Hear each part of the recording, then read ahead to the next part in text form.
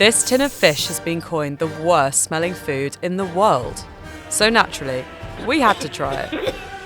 Made from fermented herring, its aroma is described as something between rotting flesh, dirty diapers, and stinky cheese.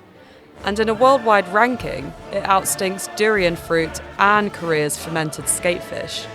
Surströmming has been banned from multiple airlines and has even become a global vomit-inducing eating challenge. But in Sweden, it's a delicacy. We have hundreds of people coming every season to buy. I always have some extra jars in my cellar, in my fridge here. Something just doesn't add up. We're on a mission to debunk the haters and learn how to enjoy the world's most pungent food. No. Don't huff it like that. That's diabolical. We'll show you what makes it so smelly, why it's a delicacy, and how to enjoy it the proper way. All right. School! 3, 2, 1. So, before we eat anything, here's why Surströmming has such a distinctive aroma. Herring caught in the Baltic Sea is delivered to salteries across Sweden. Here the fish is lightly salted and placed into barrels, where bacteria break down the proteins and fats, releasing hydrogen sulfide, propionic acid, and butyric acid. These compounds are also found in flatulence, rancid butter, and Swiss cheese. Lovely. Together, they give Surströmming its unique aroma.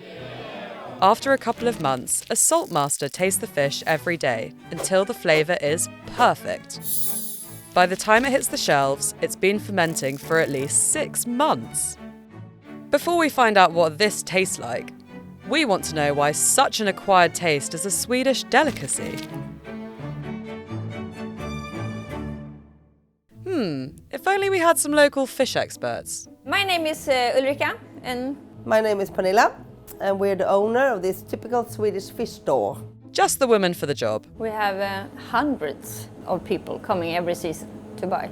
So the locals do love it. I'm not a great fan, if I should be honest. The smell is awful, absolutely. Boo. No! I think I like the culture around. Yeah. I mean, that you meet lots of friends and then we get lots of typical Swedish season, what you eat. A lot of people in Sweden from up north, they really like it. I mean, they really like it. So they have this Surströmmings party for more than once a year. We're beginning to understand that this is more of a special occasion dish. The strömming has been part of the culture in a really long time, since the 1500th century. We learnt about this part. History suggests that a salt shortage was behind its invention. The story goes that sailors couldn't preserve their barrels of herring with the limited salt supplies, so the fish started going bad. When it didn't get so much salt, it got fermented.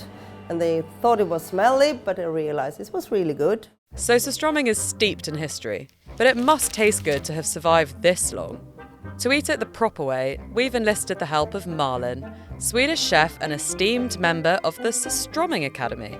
The Academy works to promote and also to protect the fermented herring. Should we open a can? The smell, the odor can be quite heavy if you do it inside. I think it's nice to open it outside. Probably a good idea. So this is 3 different salteries. They are all very good. I've got my own can, my special mix. And this one, it's only fillets, so then you don't have the whole ones. But I want you to try this one because the salt master has chosen this barrel to be the best from this year. So they just open it a little bit like that. At this point, a very strong waft of cheese floated behind the cameras. Because of the fermentation, the bones are quite soft, so they're not so sticky if you got them in your mouth. All salteries have their own recipe and they are a secret. They don't tell you how many grams of salt and how long time they do the fermentation. Malin is preparing our Surströmming 2 traditional ways, on a crisp bread and in a soft wrap, with potatoes and fresh toppings. It's really nice with this saltiness and acidity from the herring. Sounds pretty good. Time to see if it tastes better than it smells. No. Don't huff it like that. That's diabolical. Oh, it is really strong, but in a restaurant setting, now it's been open, I do feel like familiar with it now. I would say it's got like a herby burp smell to me, personally. Wow. So plate number 1, we're going for the flatbread. Okay, 3, 2, 1. It's almost like, you know how you have anchovies and you Yes. get that like salty kick? I think I do have a problem as soon as I start to... Think about it. yeah, I've got a prejudice I need to detach from my mind, without question, because as soon as you're taking it away from your mouth, you're smelling like pungent cheddar. Do we go for a milk cleanse? Oh yeah, Next up, the wrap. I love this.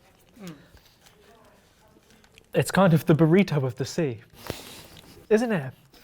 I could eat a foot long of this. I think we need to be brave Okay. and we need to try a whole bit of fish. Okay, I'm scared. school. School. They're strong. I like that. I thought that would be so much worse. It's like, it just tastes like anchovy. 100%. Okay, so this is the roe, which is supposedly the tastiest bit of the... Oh, brother. It's really salty. Thing is, when you eat it without anything else, you're like, Oh no. this is obviously really nice when it's with other things. it's the texture. Brother. Brother, no. More people know this fish as being smelly and something to cause you to throw up and, you know, have a bad reaction to. Most people probably haven't tried it like this and it's actually delicious. The haters are very, very wrong. I agree. Welcome back to Agreed. the channel. Debunked. Debunked. The smell and taste are definitely two different things. We might be converts, but Surströmming has been battling a PR crisis for decades. And now it's battling supply issues too. We can really see the outcome from the industrial overfishing up here in the Baltic Sea. There's a big issue because every year the salteries, they can only produce a tenth of the amount that they usually do ferment. When Surströmming hit the shelves on its annual premiere day last August, stores sold out in minutes. People was just like crazy and they were queuing and they just wanted to buy the jar on that specific day. Surströmming might have some die-hard fans, but its smelly reputation is another concern for its future. I think the big misconception is that people think it's gross and disgusting. So I think you have to explore it with an open mind and to eat it in a proper way. Have we convinced you to give this delicacy a go? Let us know in the comments below. This is, yeah. Sorry, I can't do this here. You know what, the milk... I've had a shot of beer before I've had a glass of water today. The milk and the beer is confusing, but it kind of works.